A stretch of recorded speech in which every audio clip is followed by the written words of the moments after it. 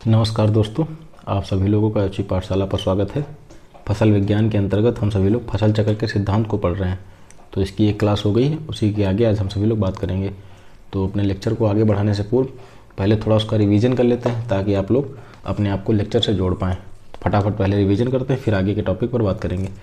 फसल चक्र के सिद्धांतों के अंतर्गत अगर हम बात करें तो निम्नलिखित प्रकार के सिद्धांत हैं, वो कौन कौन से हैं। पहला हमारा सिद्धांत यह है कि अधिक खाद चाहने वाली फसल के बाद कम खाद चाहने वाली फसल को क्या किया जाना चाहिए, उगाया जाना चाहिए। ऐसा इसलिए होता है ताकि बहुत ज़्यादा जो है खाद को आपूर्ति करने में आपको समस्या ना हो।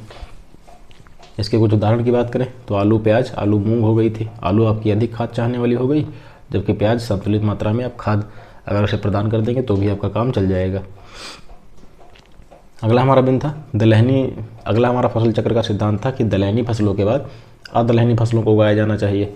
तो ऐसा क्यों? तो जो दलहनी फसल होती है आमतौर पर वो क्या करती है, वायुमंडल से नाइट्रोजन के स्थिरीकरण करने का कार्य करती है, और जो अदलहनी वाली फसल होती है तो उसमें आपको नाइट्रोजन की अपेक्षाकृत कम मात्रा का इस्तेमाल करना पड़ता है। तो दलहनी फसलों के बाद अदलहनी वाली फसलों को उगाया जाना। अगला हमारा बिंदु है गहरी जड़ वाली जो फसलें, आमतौर पर डीप रूटेड क्रॉप्स के बाद आपको शैलो रूटेड क्रॉप्स को उगाया जाना चाहिए। तो मैंने इसको अच्छे से बताया था। इसको समझने के लिए आप पूर्व का लेक्चर देखिए, उसमें मैं बताया था कि जो अधिक गहराई तक जड़ जाती हैं वो अपेक्षाकृत सब सॉइल से पोषक तत्वों को ग्रहण करती हैं। तो जो ऊपर की जो परत होती है उसमें जो पोषक तत्व उपस्थित होते हैं वो ज्यों के त्यों बने रहते हैं।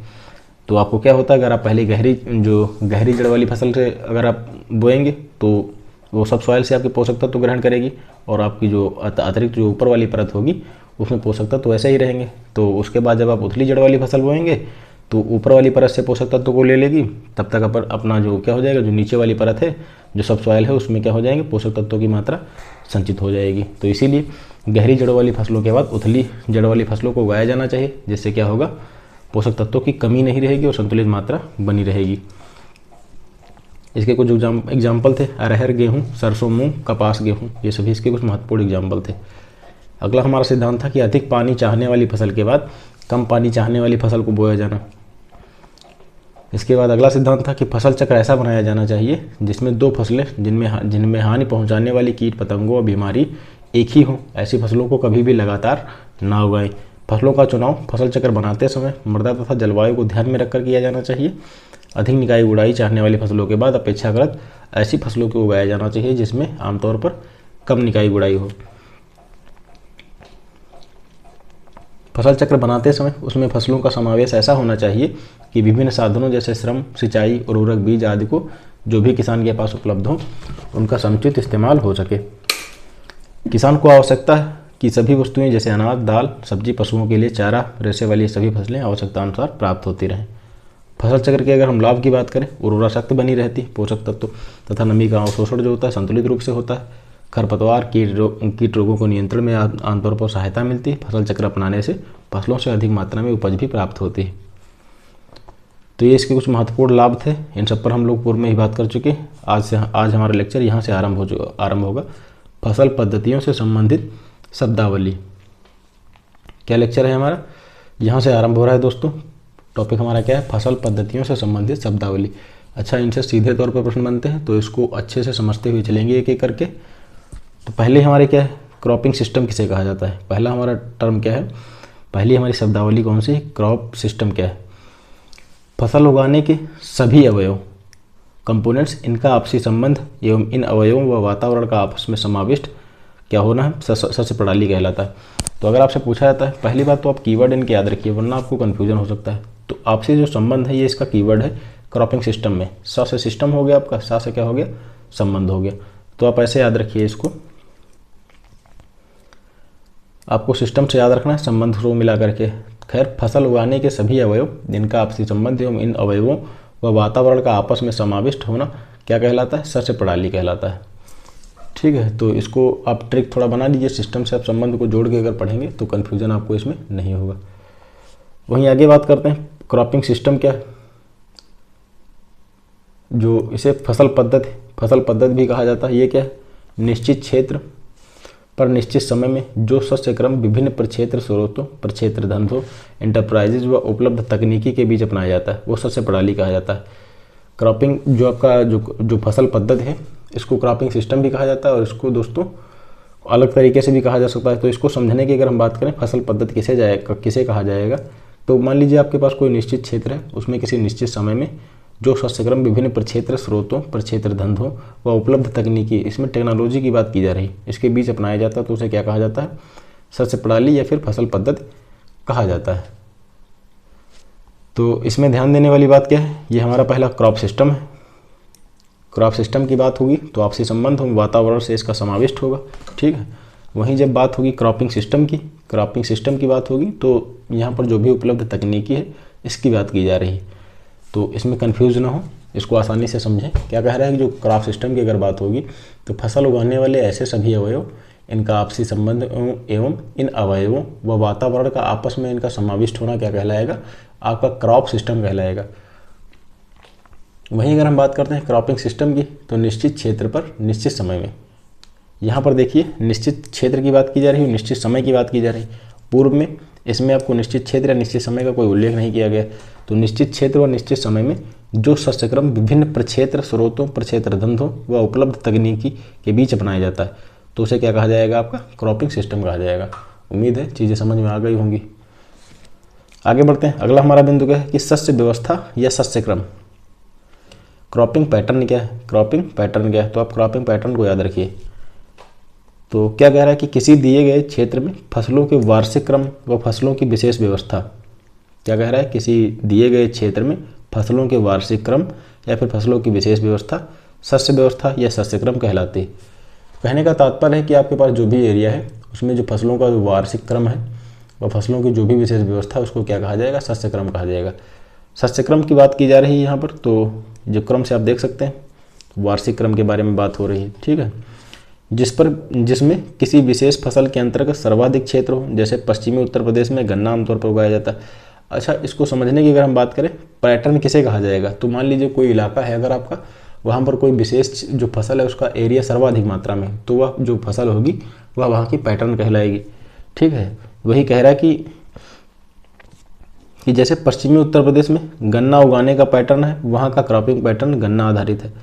तो कहने का तात्पर्य है कि अगर आपके पास कोई स्पेसिफिक एरिया है मान लीजिए और वहाँ पर किसी फसल विशेष का एरिया सर्वाधिक मात्रा में है तो वह वहाँ का क्या कहलाएगा, पैटर्न कहलाएगा। तो क्रॉपिंग पैटर्न किसे कहा जाता है, किसी दिए गए क्षेत्र में फसलों के वार्षिक क्रम, किसी दिए गए क्षेत्र में फसलों के वार्षिक क्रम व फसलों की विशेष व्यवस्था शस्य व्यवस्था कहलाती है, शस्य क्रम कहलाती है।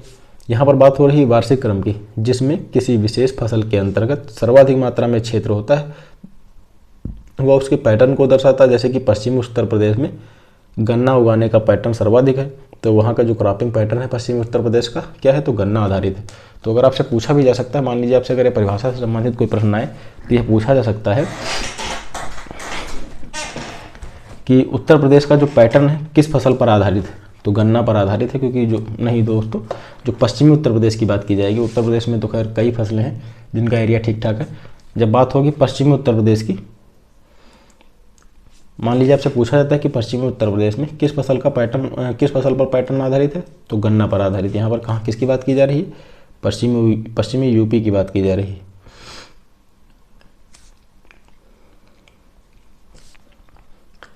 अगला हमारा बिंदु क्या है कि मिक्स्ड क्रॉप।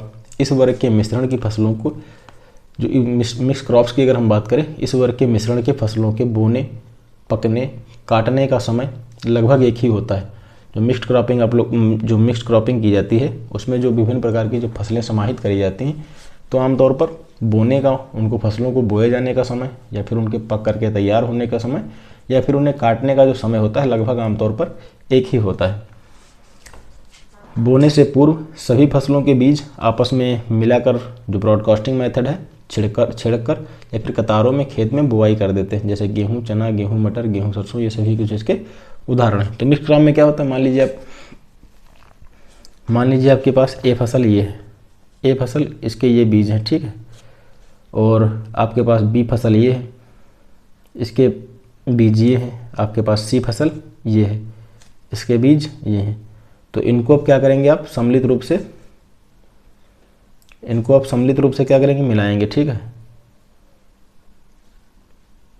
इनको आप ब्रॉडकास्टिंग मेथड के माध्यम से इनको आपस में मिलाएंगे। छिड़काव ब्रॉडकास्टिंग मेथड का प्रयोग करने के लिए पहले इनको क्या करेंगे, आपस में मिला लेंगे, ठीक है।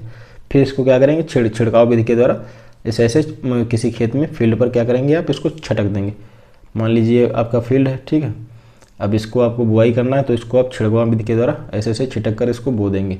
और इसके अंतर्गत जो भी फसलों का आपके द्वारा चुनाव किया जाएगा उसमें आमतौर पर फसलों को बोए जाने का, पकने या फिर काटने का समय लगभग सेम होता है। ऐसा ज़रूरी नहीं कि सेम ही हो, पर हाँ अधिकतर मामलों में, ज़्यादातर मामलों में क्या होता है, जो चीज़ें इनके जो पकने कटने और बोने का जो समय है वो लगभग सेम होता है, ठीक है।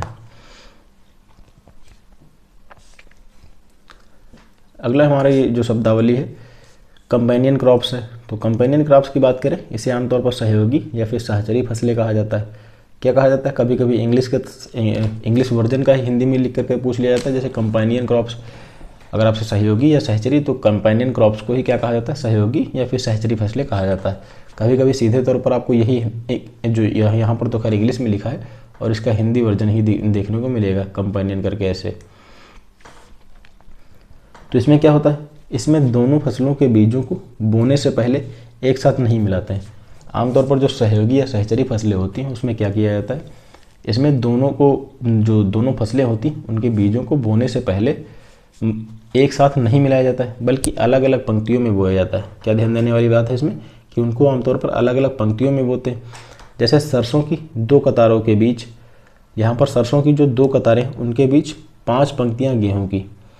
कैसे इसको बोया जाएगा इसको समझते हैं। काफ़ी इंटरेस्टिंग शब्दावली है, इससे प्रश्न भी आ सकते हैं। सहयोगी या सहचरी फसलों की बात करें तो पहले इन्हें, जैसे मिक्स्ड क्रॉपिंग में क्या होता है, मिक्स क्रॉपिंग में फसलों के बीजों को आपस में मिलाया जाता है, फिर छिड़काव विधि के द्वारा बोया जाता है। किंतु जो सहयोगी या सहचरी फसलें हैं उसमें दोनों फसलों के बीजों को आपस में एक साथ मिलाया नहीं जाता है। देखिए जैसे कि हमारा ये फील्ड है, ठीक है, ये हमने क्या करा, खेत लिया। अब यह कह रहा है सरसों की 2 कतारें, तो ये आपकी हो गई सरसों, ये सरसों की आपकी 2 कतारें हो गई, ठीक है। अब इसके बीच में गेहूं की 5 पंक्तियां, 1 2 3 4 5, ये आपकी गेहूं की 5 पंक्तियां हो गई। इस प्रकार फसलें बोने से निकाई, गुड़ाई, कटाई आदि कृषि क्रियाएं आसानी से करी जा सकती हैं। जैसे शरदकालीन गन्ने में आलू, गेहूं या सरसों आदि, ये उदाहरण इसके इम्पोर्टेंट है, तो इसको याद रखना है आपको। तो सही कंपेनियन क्रॉप्स किसे कहा जाता है, आमतौर पर दोनों फसलों के बीजों को बोने से पहले एक साथ इन्हें मिलाया नहीं जाता, बल्कि अलग अलग पंक्तियों में बोया जाता है। जैसे कि अगर हम बात करें इसके उदाहरण की, आमतौर पर सरसों की 2 पंक्तियों के बीच में गेहूं की 5 पंक्तियों को लगाया जाना।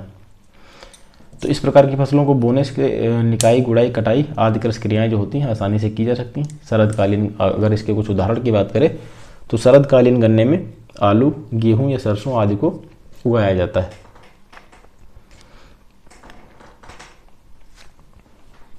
अगली हमारी शब्दावली है सहायक अथवा वृद्धिवारक फसलें।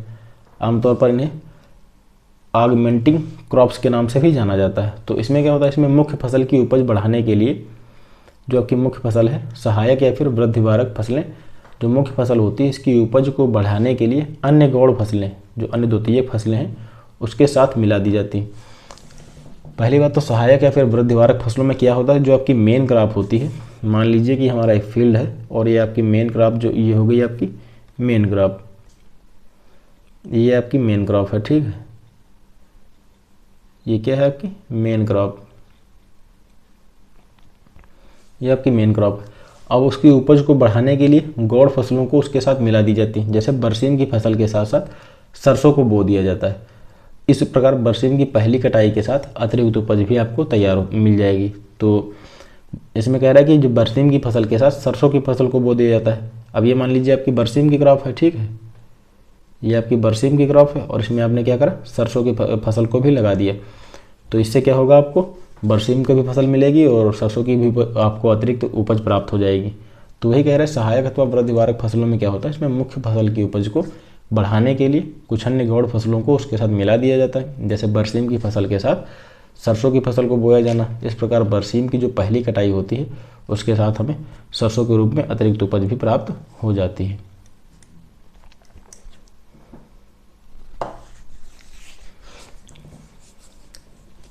अगला हमारा अंतर्वर्ती सस्यन की बात करें, जैसे भूमि से अधिक इंटरक्रॉपिंग किसे कहा जाता है। अगला हमारा बिंदु क्या है, इंटरक्रॉपिंग को लेकर के। तो इंटरक्रॉपिंग किसे कहा जाता है, भूमि से अधिक आय प्राप्त करने के लिए बागानी फसलों या फिर ऐसी फसलें जिनमें पंक्ति से पंक्ति का फासला अधिक होता है। इंटरक्रॉपिंग फसलों की यहाँ अगर हम बात करें, इंटरक्रॉपिंग किसे कहा जाता है, तो भूमि से अधिक आय प्राप्त करने के उद्देश्य से बागानी फसलें या फिर ऐसी फसलें जिनमें पंक्ति से पंक्ति का फासला क्या होता है, अधिक होता है। पंक्तियों के बीच में कम अवधि की अन्य फसलों को उगाया जाता है, अंतरासस्तन या फिर मध्यवर्ती फसलें कहा जाता है। तो मान लीजिए आपके पास कोई मेन क्रॉप है, उसकी 2 पंक्तियाँ आपने लगाई, उन 2 पंक्तियों में क्या हुआ, जो मान लीजिए इन 2 पंक्तियों के बीच में आपका फासला अधिक है, ठीक है। या फिर ये यहाँ पर फसलों की बात की जा रही है तो बागानी फसलें या फिर कुछ ऐसी फसलों को लिया जाना जिनमें फासला अधिक है। अब इसके बीच में आपने क्या करा, कम अवधि की कुछ फसलों को उगा दिया, कम अवधि की कुछ फसल आपने ले ली, तो उसे क्या कहा जाएगा, अंतरासस्तन कहा जाएगा या फिर मध्यवर्ती फसल कहा जाएगा। जैसे कि गन्ने की 2 पंक्तियों के बीच में बसंत में मूंग या फिर लोबिया व गन्ने की शरद ऋतु में बोई गई फसल में गेहूं अथवा आलू को लगाया जाना। तो इंटरक्रॉपिंग किसे कहा जाता है, भूमि से अधिक आय प्राप्त करने के उद्देश्य से बागानी फसल या फिर किसी ऐसी फसलें जिनमें पंक्ति से पंक्ति का फासला जो होता है अधिक होता है, पंक्तियों के बीच में कम अवधि की अन्य फसलों को उगाया जाना, अंतरासस्तन या फिर मध्यवर्ती फसल कहा जाता है। इसके उदाहरण जो इसका एग्जाम्पल है इंपॉर्टेंट है, गन्ने की 2 पंक्तियों के बीच में बसंत में मूंग या फिर लोबिया व गन्ने की शरद ऋतु में बोई गई फसल में गेहूं अथवा आलू को लगाया जाना।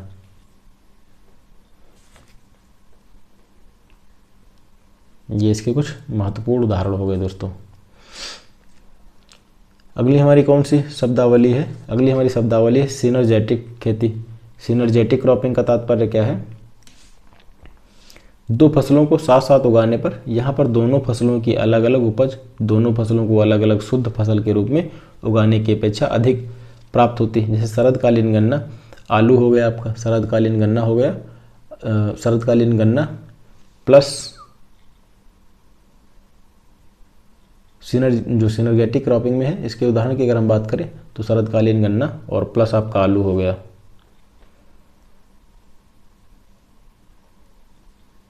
ये प्लस है आपका आलू, जो आलू हो गया, ये टाइपिंग मिस्टेक है थोड़ा।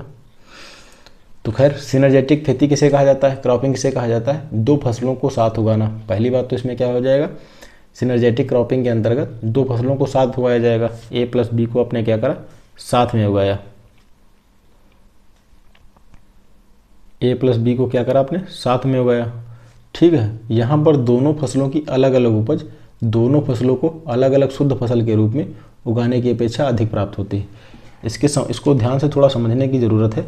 जैसे इसमें कहा जा रहा है कि 2 फसलों को साथ साथ उगाने पर यहाँ पर दोनों फसलों की अलग अलग उपज, दोनों फसलों को अलग अलग शुद्ध फसल के रूप में उगाए जाने की अपेक्षा अधिक प्राप्त होती है।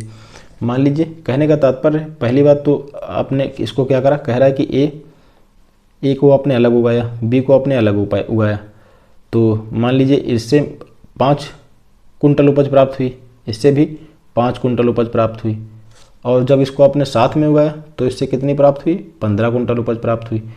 अब कहिए क्या कह रहा है, सिनर्जेटिक क्रॉपिंग के अंतर्गत 2 फसलों को साथ में उगाने पर यहाँ पर दोनों फसलों को अलग अलग उपज लेने की अपेक्षा दोनों फसलों को अलग अलग शुद्ध फसल के रूप में उगाने की अपेक्षा अधिक आय प्राप्त होती। तो ये कह रहा है कि अगर आप किसी फसल को, जो ये 2 फसलें हैं, इनको अगर आप अलग अलग उगाते हैं तो आमतौर पर क्या होता है, हमें अपेक्षाकृत कम उपज प्राप्त होती है। जबकि अगर आप इन दोनों को साथ में उगाते हैं तो हमें अपेक्षाकृत अधिक मात्रा में उपज प्राप्त होती है। तो वही सिनर्जेटिक खेती के अंतर्गत इसको शामिल किया जाता है, यही कहा जा रहा है, इसका तात्पर्य यही सर। तो इसके अगर उदाहरण की हम बात करें, शरदकालीन गन्ना प्लस आलू आपका सिनर्जेटिक खेती का उदाहरण है। तो पूछा जा सकता है कि निम्नलिखित में से कौन सा जो फसल चक्र आपका है सिनर्जेटिक खेती को दर्शाता है, या फसलों का संयोजन सिनर्जेटिक खेती को दर्शाता है। तो इसको याद रखिए, शरदकालीन गन्ना प्लस आलू हो जाएगा। तो उम्मीद है समझ गए होंगे। क्या कह रहा है कि दो फसलों को साथ उगाने पर यहाँ पर दोनों फसलों को अलग अलग उपज, दोनों फसलों को अलग अलग शुद्ध फसल के रूप में उगाने की अपेक्षा अधिक प्राप्त होती है।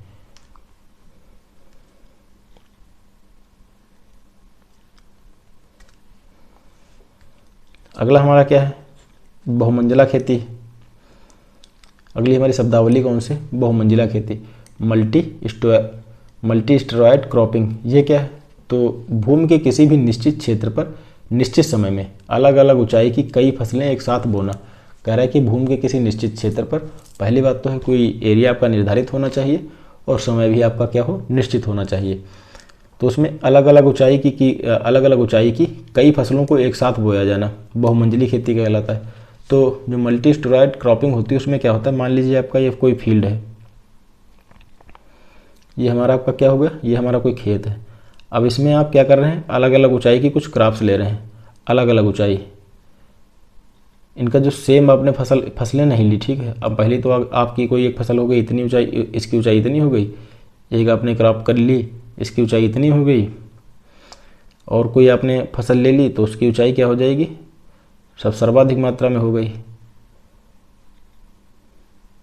सबसे ऊंची हो गई।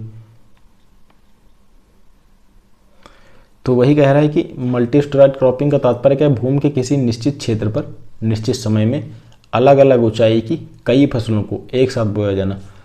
तो जो आपका खेत है उसमें अगर आप किसी प्रकार के फसल चक्र को अपना रहे हैं या कोई किसी प्रकार की जो फसल लगा रहे हैं उसमें अलग अलग ऊंचाई की हो, समान ऊंचाई की ना हो, तो क्या कहलाएंगी, मल्टी स्टेरॉयड क्रॉपिंग कहलाएंगे, अर्थात बहुमंजिला खेती कही जाएगी।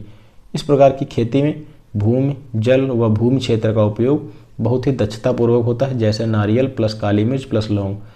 तो मल्टी स्टेरॉयड क्रॉपिंग का कुछ उदाहरण की अगर हम बात करें तो आपका नारियल, काली मिर्च, लौंग, ये क्या हो जाएंगे, बहुमंजिला खेती का उदाहरण हो जाएगा। या फिर पॉपुलर प्लस पपीता प्लस बरसीम क्या हो जाएगा, ये आपका पॉपुलर हो गया, पपीता हो गया और बरसीम का संयोजन हो गया। या फिर नारियल, सुपारी, केला, ये कुछ इसके उदाहरण हो गए आपके मल्टी स्टेरॉयड क्रॉपिंग के। वहीं अगला हमारा शब्दावली गली क्रॉपिंग क्या है, गली, एली खेती, एले क्रॉपिंग क्या है, भूमि की उर्वरा शक्ति व फिर उत्पादन शक्ति को बढ़ाने के लिए जो एरेबल क्रॉप्स हैं को जब गलियारे अथवा रास्तों के बीच में उगाया जाता है तो क्या कहा जाता है, गली खेती कहा जाता है। इन भूमियों पर गलियारे वृक्षों झाड़ियों से स्थापित किए जाते हैं। तो एले क्रॉपिंग को पहले आमतौर पर गली खेती भी कहा जाता है, एले क्रॉपिंग को क्या कहा जाता है, गली क्रॉपिंग भी कहा जाता है। तो इसमें होता क्या है, इसमें यह होता है कि जो आपकी मिट्टी है उसकी उर्वरा शक्ति और फिर उत्पादन को बढ़ाने के लिए जो एरेबल क्रॉप होती हैं इनको आमतौर पर जब रास्ते पर फिर या फिर गलियारे पर इनके जो बीच में उगाया जाता है तो क्या कहा जाता है, इनको गली खेती कहा जाता है। आप ऐसे याद रखिए, एले क्रॉपिंग को क्या कहा जाता है, गली खेती कहा जाता है। गली का तात्पर्य ही क्या है, छोटा मोटा एक रास्ता, तो रास्तों के जब बीच में किसी प्रकार की जब कोई फसल आप लेते हैं तो उसे क्या कहा जाएगा, एले क्रॉपिंग कहा जाएगा।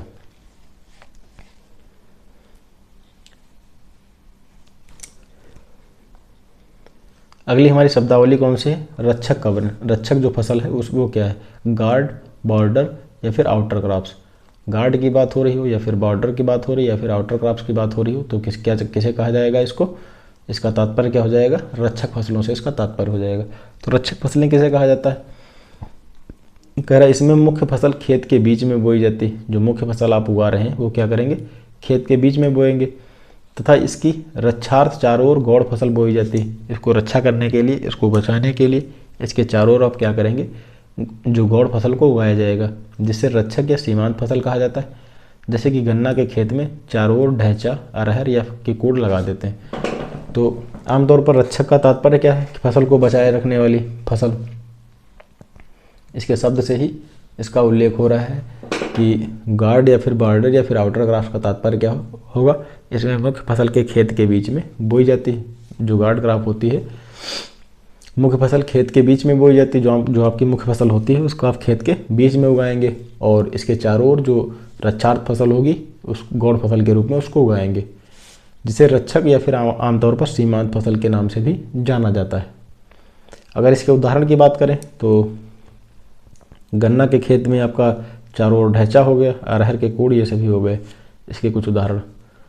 अब क्रॉपिंग स्कीम का तात्पर्य क्या है, cropping scheme, cropping pattern, cropping system, इन सबसे बहुत ज़्यादा प्रश्न बनते हैं। कभी कभी सीधे तौर पर इसके प्रश्नों से परिभाषा से ही पूछे जाते हैं और कभी कभी कुछ कॉन्सेप्चुअल बेस्ड भी प्रश्न पूछे गए हैं। तो आइए बात करते हैं क्रॉपिंग स्कीम का तात्पर्य क्या। एक ऐसी योजना जिसके अनुसार किसी फार्म के विभिन्न खेतों में बिना भूमि की उर्वरक शक्ति में कमी लाए।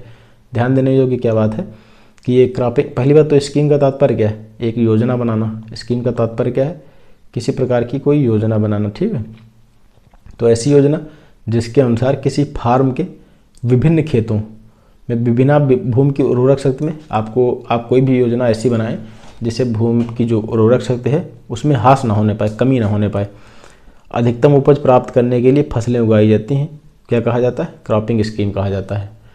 तो क्रॉपिंग स्कीम की अगर हम बात करें, एक ऐसी योजना जिसके अनुसार किसी फार्म के विभिन्न खेतों में बिना भूमि की उर्वरक शक्ति में कमी लाए अधिकतम उत्पादन को प्राप्त करने के लिए जो भी फसलें उगाई जाती हैं उसको क्या कहा जाएगा? क्रॉपिंग स्कीम कहा जाएगा।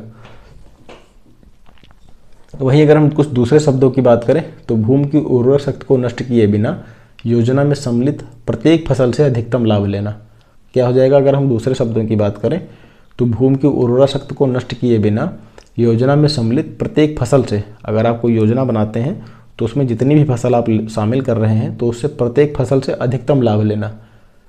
लाभ लेने के लिए फसलों को फार्म के व्यक्तिगत खेतों पर निश्चित अवधि तक के उगाने के लिए योजना जो होती है उसको क्या कहलाया जाएगा? शस्य योजना कहलाया जाएगा।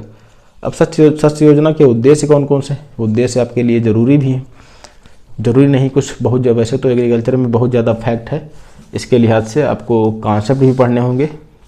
कॉन्सेप्ट और फैक्ट दोनों से प्रश्न आपको देखने को मिलेंगे। तो शस्य योजना के उद्देश्य क्या है? उस फार्म में विभिन्न फसलें कितने कितने क्षेत्रफल में बोई जाएंगी, इसकी जानकारी करना। योजना का उद्देश्य क्या हो जाएगा? उस फार्म में विभिन्न फसलें कितने कितने क्षेत्रफल में बोई जाएंगी, इसकी जानकारी करना। उन फसलों को बोने के लिए कितने बीजों की आवश्यकता होगी, कितनी खाद लगेगी, कितना उत्पादन होने का अनुमान है, ये सभी शस्य योजना के आपके उद्देश्य हो जाएंगे। कितनी लाभ हानि का अनुपात है, कितना जो भी आपने शस्य योजना अपनाई है उसका अमूमन कितना लाभ हो सकता है, उससे कितनी हानि हो सकती है, उसके सभी कुछ अनुमान है। उससे लागत मुनाफा अनुपात, कास्ट बेनिफिट रेशियो मालूम। आदर्श शस्य योजना के गुण एवं आदर्श शस्य योजना के निम्नलिखित गुण होने चाहिए।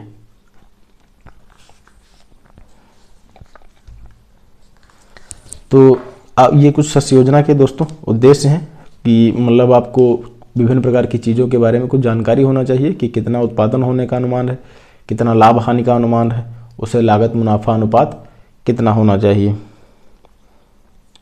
और ये थोड़ा टाइपिंग मिस्टेक है। आदर्श शस्य योजना के गुण कौन कौन से? ये हमारी नेक्स्ट हेडिंग है, आदर्श शस्य योजना के गुण। ये हमारी नेक्स्ट हेडिंग है। तो आदर्श शस्य योजना के गुण की अगर हम बात करें, एक आदर्श शस्य योजना के निम्नलिखित गुण होने चाहिए। जो क्रॉपिंग स्कीम है इसके गुण कौन कौन से हैं? शस्य क्रम योजना में सम्मिलित प्रत्येक फसल चक्र के लिए उतने ही खेत सुरक्षित होने चाहिए जितने वर्ष का फसल चक्र हो। कहा जा रहा है कि शस्य क्रम योजना में सम्मिलित प्रत्येक फसल चक्र के लिए, जो भी आप फसल चक्र को शामिल कर रहे हैं उसके लिए उतने ही खेत सुरक्षित किए जाने चाहिए जितने वर्ष का फसल चक्र हो। आप जितने ही वर्ष का फसल चक्र अपना रहे हैं उसके लिए उतने ही खेत सुरक्षित किए जाने चाहिए। प्रत्येक वर्ष फार्म पर उगाई जाने वाली फसलों का क्षेत्रफल लगभग समान होना चाहिए। प्रत्येक वर्ष जो आप फार्म पर जो भी फसलों को उगाएंगे उसमें क्या होना चाहिए? फसलों का जो क्षेत्रफल होना चाहिए आमतौर पर समान रखा जाना चाहिए।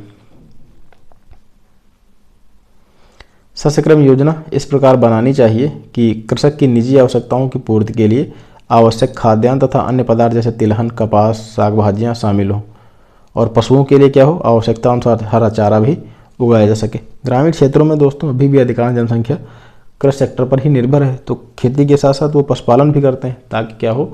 उनकी आय में वृद्धि हो सके। तो उसी के उद्देश्य से अगर आप कोई शस्य क्रम योजना अपना रहे हैं तो पहली बात तो उसमें कृषक की निजी आवश्यकताएं भी पूर्ति होनी चाहिए। मान लीजिए वो धान उगा रहा है, तो ऐसा तो नहीं हो कि सारा धान वो मार्केट में ही बेच देगा, तो फिर खाएगा क्या? तो अगर आप किस फसल चक्र की, जो भी आप फसल चक्र की योजना बनाते हैं उसमें क्या होना चाहिए? जो शस्य क्रम योजना आप बना रहे हो तो उसमें किसानों की अपनी पहले निजी आवश्यकताओं की पूर्ति होनी चाहिए और फिर उनको उनकी आर्थिक स्थिति की बेहतरी के लिए भी चीज़ें थोड़ा बची होनी चाहिए। तो इस प्रकार बननी चाहिए कि कृषक निजी आवश्यकताओं की पूर्ति के लिए आवश्यक खाद्यान्न तथा अन्य पदार्थ जैसे तिलहन, कपास, साग भाजियाँ शामिल हों। इसके साथ साथ हालांकि उनके जब ग्रामीण क्षेत्रों में लोगों के द्वारा पशुपालन किया जाता है तो उन्हें हरे चारे की भी आवश्यकता होगी, तो हरे चारे भी उगाए जा सके। और हरे चारे में जो भी फसलें होती हैं उससे मिट्टी की स्थिति भी सुधरती है और आमतौर पर क्या होता है, अगर आप परती भी छोड़ रहे हैं तो भी मृदा का सुधार हो जाएगा। और हरे चारे की फसल उगाएंगे तो उसमें नाइट्रोजन का जो संगठन होगा, जो नाइट्रोजन का स्थिरीकरण होगा। उससे क्या हो जाएगा कि अगर आप फसल जब लेंगे तो नाइट्रोजन का अपेक्षाकृत कम इस्तेमाल करना पड़ेगा आपको। एक फसल चक्र में सम्मिलित खेत में जहाँ तक संभव हो एक ही आकार के होने चाहिए, अर्थात खेत का जो क्षेत्रफल हो अमूमन समान होना चाहिए। जो भी आप फसल चक्र अपनाएं तो उसमें ध्यान रखें कि जो खेत हैं आपके, जो फील्ड हैं, उनका जो क्षेत्रफल हो अमूमन क्या हो, समान होना चाहिए।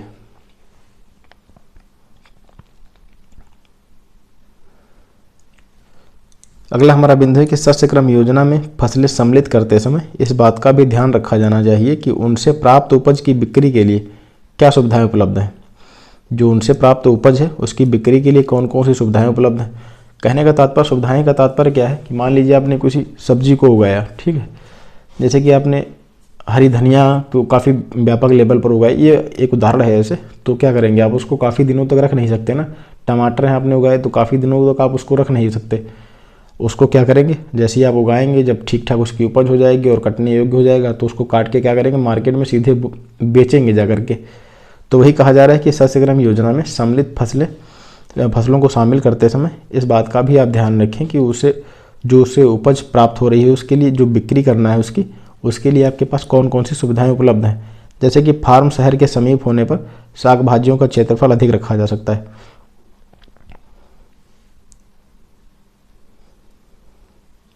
अगर जो आपका फार्म है तो अगर वह शहर के समीप है तो साग भाजियों का क्या करेंगे, आप क्षेत्रफल बढ़ा सकते हैं, क्योंकि आप जैसे ही उत्पादन करेंगे और वह पक करके कटने योग्य हो जाएगी तो उसको काट कर आप सीधे तौर पर मार्केट में बेच सकते हैं।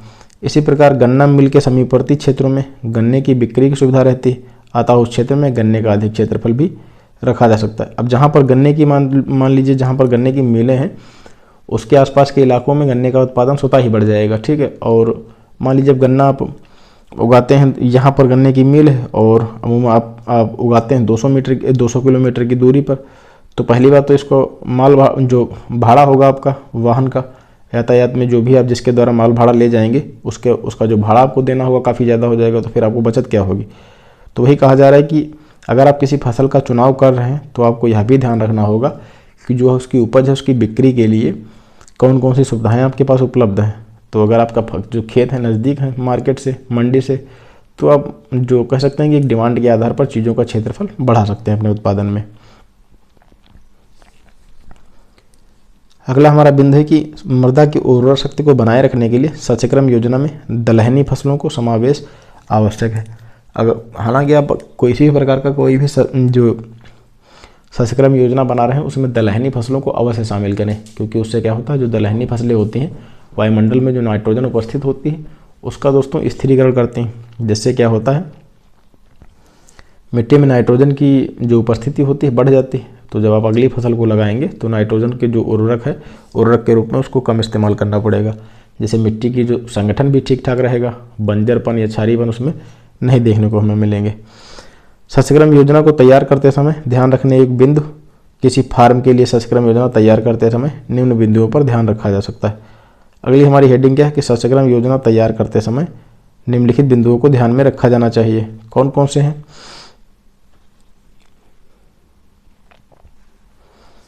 मृदा की किस्म। पहली बात तो है कि अगर आप शस्य क्रम योजना तैयार कर रहे हैं तो उस पर आपको ध्यान रखना हो कि मृदा की किस्म कैसी है। वहाँ की कहने का तात्पर्य क्या है इसका, मोटे तौर पर अगर हम बात करें तो मिट्टी की किस्म क्या है। प्रत्येक फसल हर प्रकार की भूमि में सफलतापूर्वक नहीं उगाई जा सकती। हालांकि आमतौर पर जो भी आप फसल उगाना चाह रहे हैं तो उसको प्रत्येक प्रकार की मृदा में आप नहीं उगा सकते हैं। हल्की भूमि में बाजरा, मूंगफली तथा जड़ वाली फसलें, दोमट मिट्टी में आलू, गेहूं, मक्का तथा भारी भूमि में धान व गन्ना आदि की फसलें उपज देती हैं। तो किसी प्रकार की फसल को लेने से पहले आपको क्या करना होगा, मिट्टी की किस्म को ध्यान में रखना होगा और उसी के अनुसार फसलों को उगाना भी होगा आपको। सिंचाई की उपलब्धता की अगर हम बात करें, शस्य क्रम योजना को तैयार करते समय इस बात को ध्यान में अवश्य रखा जाना चाहिए कि फार्म पर सिंचाई की क्या सुविधा है। अगर आप किसी प्रकार की शस्य क्रम योजना में जो फसलें शामिल कर रहे हैं, मान लीजिए शुष्क इलाकों में अगर आप अधिक पानी चाहने वाली फसलों को उगाएंगे तब तो समस्या का सामना करना पड़ेगा आपको। तो वही कहने का तात्पर्य है कि अगर आप किसी प्रकार की फसल को उगा रहे हैं तो उसको पानी उपलब्ध कराने के लिए आपके पास कौन कौन से सिंचाई के साधन उपलब्ध हैं। सिंचाई की समुचित व्यवस्था होने पर ही एक खेत में 2 से 3 फसलें ली जा सकती हैं। अगर आपके पास सिंचाई के साधन ठीक ठाक उपलब्ध हैं तब तो फिर आप एक खेत में 2 से 3 फसलों को ले सकते हैं। लेकिन सिंचाई की समुचित व्यवस्था न होने पर हमें शस्यक्रम योजना में ऐसी फसलों को सम्मिलित नहीं किया जाना चाहिए जो अधिक सिंचाई चाहती हैं। अगर आपके पास सिंचाई की समुचित व्यवस्था ना है तब तो फिर आप ऐसी फसलों को सम्मिलित करने से बचें जिन्हें अधिक मात्रा में सिंचाई आवश्यक होती है, जैसे कि फार्म पर सब्जी, गन्ना, गेहूँ, आलू आदि फसलें सिंचाई की समुचित व्यवस्था न होने पर ना उगाया जाना चाहिए। आमतौर पर इन फसलों को जब अगर आपके पास सिंचाई के संसाधन का शॉर्टेज है तो इन्हें ना उगाएं।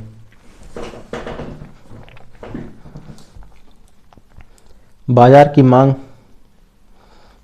मांग क्या है? पहली बात तो चीज़ों को डिमांड के आधार पर ही उगाया जाना चाहिए ताकि बहुत ज़्यादा दिनों तक चीज़ों को संरक्षित ना करना पड़े। अगर आप उसको संरक्षित कर रहे हैं तो फिर उसकी अपनी कुछ शर्तें हैं और समस्याएं हैं जिससे आपको सामना करना पड़ सकता है। जिसका फार्म पर शस्य योजना तैयार करते समय हमें यह भी ध्यान रखना चाहिए कि यदि फार्म के निकट कोई शहर या मंडी है तो वहाँ किस चीज़ की अधिक मांग है। कह रहा है कि फार्म पर शस्य योजना तैयार करते समय हमें यह भी ध्यान रखना चाहिए यदि आप फार्म के निकट कोई शहर या मंडी है तो वहाँ किस चीज़ की अधिक मांग है। सामान्यतः शहर के समीप फार्म पर सब्जी, हरा चारा जैसे बरसीम, जई, चरी आदि फसलें उगा सकते हैं जिनके शहर में अच्छी खपत होती है। श्रमिकों की उपलब्धता। जिन क्षेत्रों में श्रमिक आसानी से उपलब्ध हो जाते हैं वहाँ पर शस्य योजना में ऐसी फसलें सम्मिलित की जा सकती हैं जिन्हें उगाने में अधिक श्रमिक लगते हैं।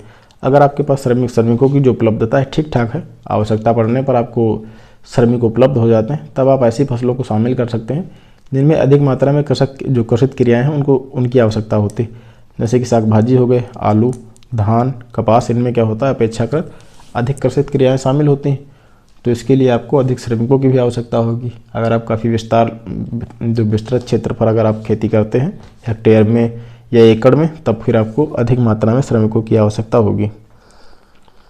उर्वरकों की उपलब्धता। तो उर्वरकों की उपलब्धता की अगर हम बात करें, आलू, गन्ना, धान, गेहूँ आदि ऐसी फसलें जिनके लिए काफ़ी मात्रा में खाद तथा उर्वरकों की आवश्यकता होती। कुछ फसलें ऐसी होती हैं जिन्हें मैन्योर और फर्टिलाइज़र की आवश्यकता काफ़ी ज़्यादा मात्रा में होती है, जैसे कि आपके हो गए धान, गेहूँ, आलू, गन्ना, ये सभी क्या हैं, इन्हें अधिक मात्रा में खाद पांस की आवश्यकता होती है। फार्म पर पर्याप्त खाद के प्रबंध के अभाव में हरी खाद का क्षेत्रफल बढ़ाया जा सकता है। अगर आपके पास कह रहा है कि अगर आपके पास पर्याप्त मात्रा में मैन्योर और फर्टिलाइज़र नहीं उपलब्ध है, इनका अभाव है, तब आप हरी खाद वाली जो फसलें हैं उनके क्षेत्रफल को बढ़ा सकते हैं, अथवा ऐसी फसलें शस्य योजना में सम्मिलित कर सकते हैं जो कम खाद की आवश्यकता जिन्हें होती है, जैसे दलहनी फसलें। तो हालांकि अगर हरी खाद और दलहनी फसलों को तो आप अपनी योजना में अवश्य शामिल करें, जिससे क्या होता है, मिट्टी की संरचना में और पोषक तत्वों में भी सुधार होता है। किसान की निजी आवश्यकताएं क्या हैं? तो किसान को चाहिए कि वह अपने फार्म के लिए शस्य योजना बनाते समय अपनी स्वयं की तथा फार्म पर काम करने वाले अन्य कर्मचारियों की आवश्यकताओं पर विशेष ध्यान दें। पहली बात तो पेट भरने के लिए क्या होगा, पहले तो वो जो फसलें उगाएगा उसको अपने निजी उपयोग के लिए इस्तेमाल करेगा, फिर अगर उसके पास अतिरिक्त फसल बचती है तब वह क्या करेगा, अपनी अन्य कुछ आर्थिक स्थिति को बेहतर करने के लिए मार्केट में फसलों को बेचेगा। वह आवश्यकता अनुसार खाद्यान्न, तिलहन, साग भाजी या कपास आदि को उगाने का प्रबंध कर सकता है। यातायात की सुविधा। शस्य योजना बनाते समय यह भी देखना होगा कि फार्म के निकट यातायात की क्या सुविधा उपलब्ध है। यातायात की सुविधा शस्य योजना बनाते समय यह भी देखना हो, यातायात की सुविधा अगला हमारा बिंदु है। यातायात की सुविधा अगला हमारा बिंदु है। अगर आप शस्य योजना बना रहे हैं तो आपको यह भी ध्यान में रखना होगा कि हमारे पास यातायात की सुविधाएं कितनी उपलब्ध हैं, कितनी बेहतर है, सड़क कैसी है, कितनी दूरी है मंडी से हमारे फार्म की, ताकि आप आसानी से अपनी फसलों को क्या हो, खेत से मंडी तक आसानी से पहुंचा सकें, जिससे आपकी जो उपज का आर्थिक मूल्य ठीक ठाक मिल सके। फार्म पक्की सड़क के निकट हो अथवा किसी रेलवे स्टेशन के पास होने पर साग भाजी तथा व्यावसायिक फसलों को उगाया जा सकता है।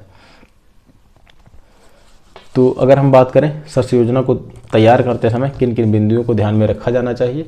मृदा की किस्म कैसी है, अर्थात मिट्टी कैसी है, जो मिट्टी के अनुसार फसलों को उगाया जाना चाहिए जिससे आपको उपज अच्छी मिले। सिंचाई की उपलब्धता कैसी है, अगर आप सिंचाई के पास पर्याप्त साधन उपलब्ध है तो ऐसी फसलों को उगा सकते हैं जिसके लिए पानी की आवश्यकता अधिक होती है। और अगर आपके पास सिंचाई के साधनों का उपलब्धता का अभाव है तो आप ऐसी फसलों का चुनाव करें जिन्हें अपेक्षाकृत कम मात्रा में पानी की आवश्यकता होती है। बाजार की मांग क्या है, मांग के अनुसार अगर आप फसलों को उगाते हैं तो चीज़ों को स्टोर करने या फिर जैसी जो अतिरिक्त समस्याएं हैं उनका सामना आपको कम करना पड़ेगा। श्रमिकों की उपलब्धता, श्रमिकों की अगर उपलब्धता ठीक ठाक है तब आप ऐसी फसलों को उगा सकते हैं जिनमें कृषक क्रियाएँ अधिक होती।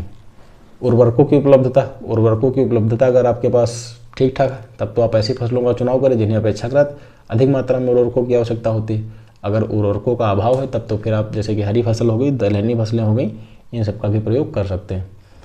किसानों को निजी आवश्यकताएं, फसलों का ऐसा चुनाव किया जाना चाहिए जिससे किसान की निजी आवश्यकताएं पूरी हो सके, उनका पेट भर सके। और यातायात की सुविधा दोस्तों ध्यान में ज़रूर रखा जाना चाहिए, वरना आपकी फसल जो हो जाएगी सड़ जाएगी, आपको समस्याओं का सामना करना पड़ सकता है। तो यातायात की सुविधा को भी ध्यान में रखा जाना चाहिए।